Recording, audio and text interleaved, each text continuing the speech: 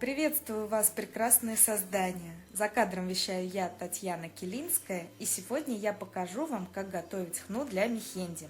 Дело в том, что меня часто спрашивают, как у меня получается выводить такие тоненькие аккуратные линии.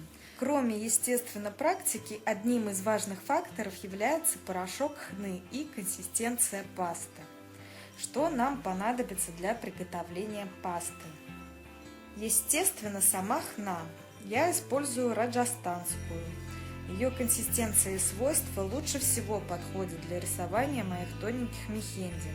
Я пробовала хну разную, пакистанскую, марокканскую. Лучше всего для меня оказалась именно раджастанская. Ее консистенция очень тягучая и нежная.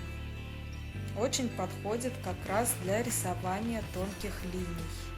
Почему марокканская или пакистанская мне не подходит? Кстати говоря, пакистанская не вся. Например, джамиля, в принципе, по консистенции очень похожа на раджастанскую. Но дело в том, что по цвету мне больше всего понравилась именно раджастанская хна, поэтому я использую именно ее. В принципе, откуда ее заказывать, не имеет большого значения. Вся она практически одинаковая. Нам понадобится лимонный сок. Он может быть как бутилированный, так и свежевыжатый. Еще нам понадобится фруктоза. Я использую вот такую. На самом деле, это первая фруктоза, которую я купила для того, чтобы мешать хну, поэтому пакетик еще не кончился, другой я не пробовала, но она очень хорошая. Почему я использую фруктозу, а не другие сахариды, например, мед или сахар? С медом у нас просто не срослось. А вместо сахара использую фруктозу, потому что ее требуется гораздо меньше, чем сахара. Дело в том, что чем больше сахара вы добавляете в хну, тем рисунок будет хуже проявляться. Нам этого не надо.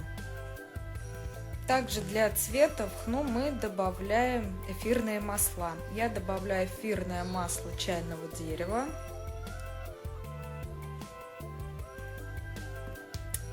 И апельсина. Также, если вы рисуете, например, на беременных, на детях или на людях с чувствительной кожей, то лучше всего добавлять масло лаванды. Оно очень нежное и не аллергенное. Итак, приступим к самому приготовлению хны. Хна обычно практически всегда требует предварительного просеивания, потому что в ней могут попасться какие-то крупные частички, и если ее не просеять, они потом могут забивать конус, что, естественно, приводит к некоторым неудобствам. Данная хна очень мелкая, на самом деле она просеивания не требует, но для того, чтобы показать все-таки, как это делается, я ее просею. Для этого нам понадобятся старые носочки или колготки, какая-нибудь штучка, чтобы использовать ее как сито, кругленькая. Можно сделать из картона, например, и скотч, чтобы закрепить носочек на этой круглой штучке. Естественно, ножницы. Приступим. Натягиваем носочек на наш цилиндр.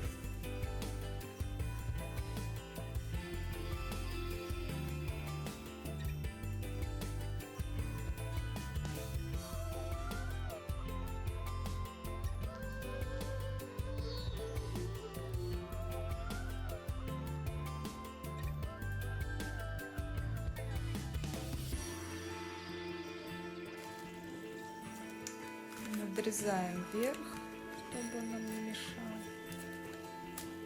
Вот, наша ситечка готова.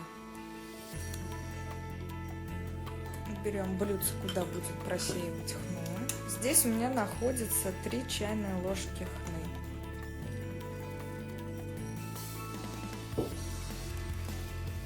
И вот такими движениями начинаем просеивать, просто вводя ложечкой внутри ситечка.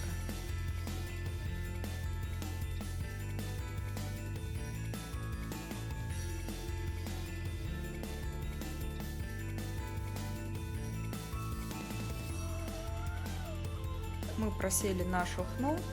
Как видно, здесь практически ничего не осталось, только какие-то пару мелких частичек. Вот. И так выглядит просеянная хна. Приступаем к добавлению лимонного сока. Здесь у меня 3 чайные ложки хны, так что для начала добавим где-нибудь 5-6 столовых ложек лимонного сока.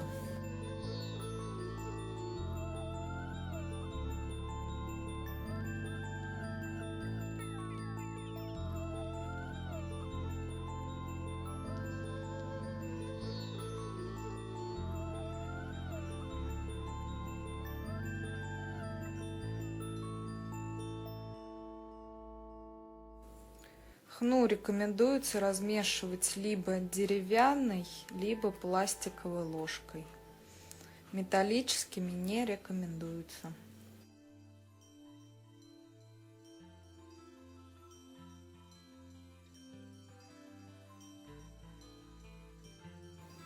Как видно, сока нам не хватило.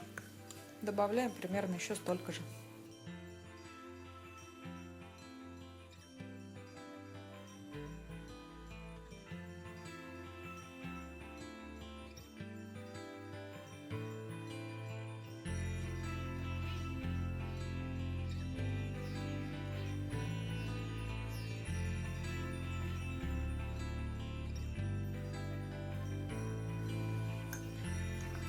Хна все еще густовато,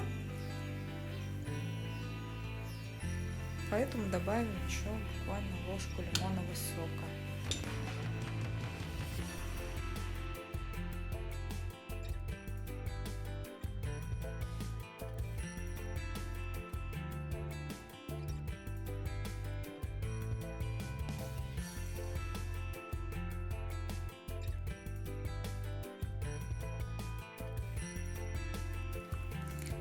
Соку добавляем всегда по чуть-чуть, чтобы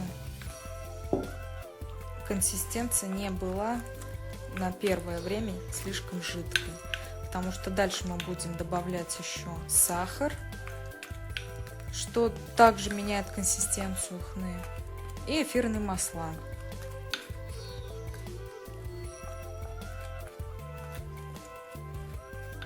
Мешаем хорошенько, чтобы разбить комочки. Если комочки разбились не все, ничего страшного, когда хна настоится, потом их будет добить проще.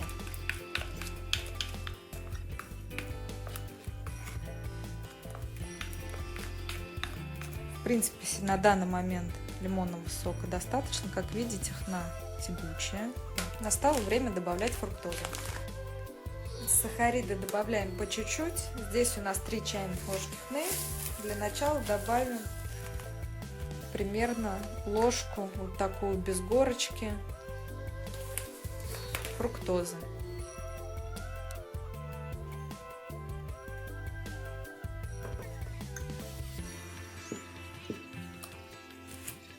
И хорошенько размешиваем.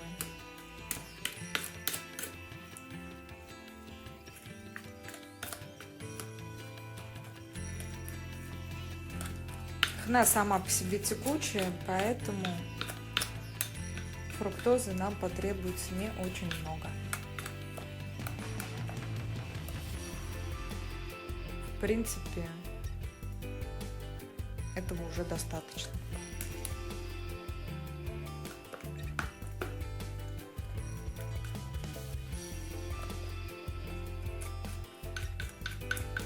Сахариды также нужны не только для тягучести хны, но хна от этого еще меньше трескается и лучше держится на коже.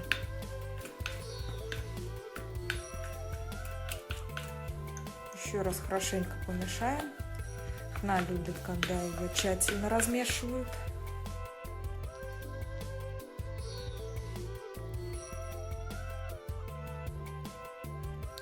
Теперь настала очередь добавлять наши эфирные масла. В чайной ложке я добавляю около 30 капель масел.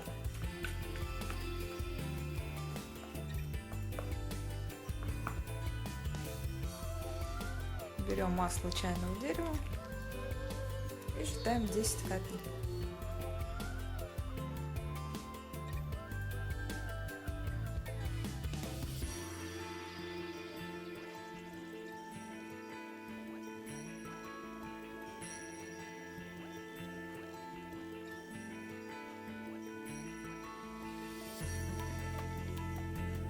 Я вас обманула, я добавила 20 капель.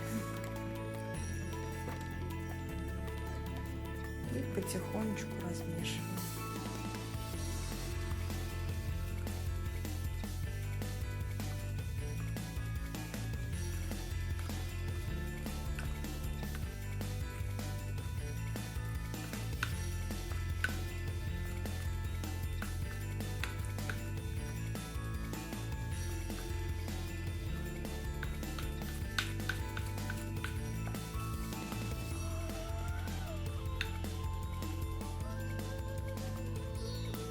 Добавляем оставшиеся 10 капель масла апельсина.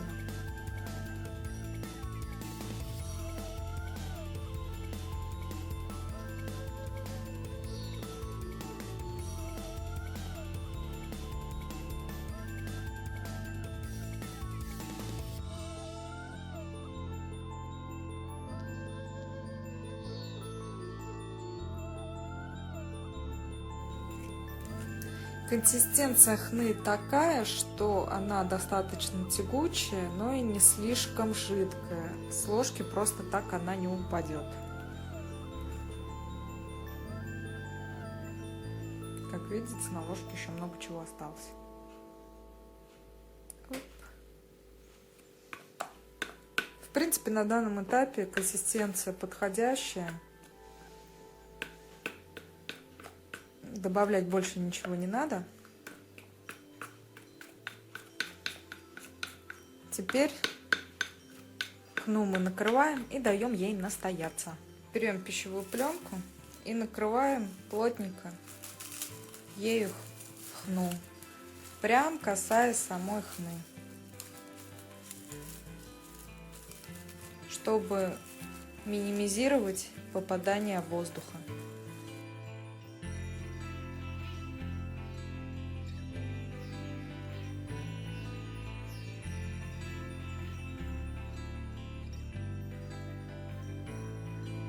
Наша паста готова. Я оставляю ее на 12 часов в достаточно теплом месте. Через 12 часов я проверяю и смотрю, не надо ли что-то добавить. После этого я опять оставлю на 12 часов, потому что эта хна раджастанская, она ставится достаточно долго, примерно сутки. Итак, друзья, прошло около 18 часов. Сейчас мы посмотрим, что происходит с нашей хной. По идее, она уже должна быть готова. Открываем.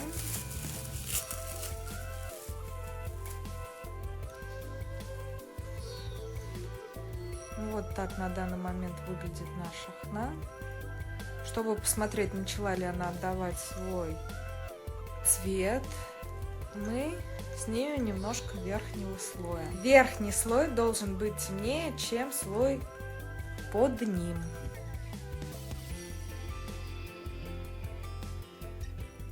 Мы снимаем, и как видите, где мы сняли верхний слой, хна намного зеленее. Верхний слой более стал коричневым. Это значит, что хна начала давать свой пигмент. Размешиваем до конца.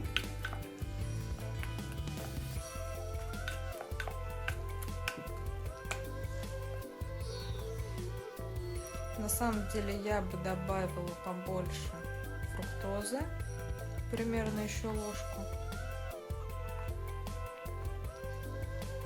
чтобы хна стала еще более тягучей.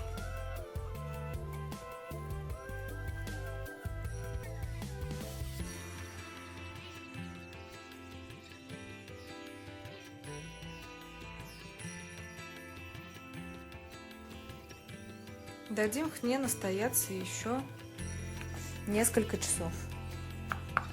Хна у нас постояла еще часа 4, и теперь мы Проверяем консистенцию и делаем тест, окрашивает ли она кожу, готова ли она к применению.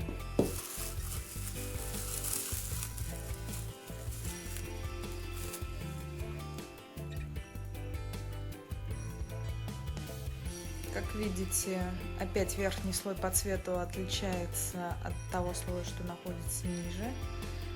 Значит, хна продолжает отдавать свой цвет. Мешаем и проверяем. Как видите, паста не очень жидкая, то есть она вообще практически не жидкая, но и не густая. Мешать ее легко, рука не устает, и ложка в принципе в ней стоит. То есть такая вот пюрешка. Как делаем тест? Берем зубочистку, берем немножко хны и наносим на кожу.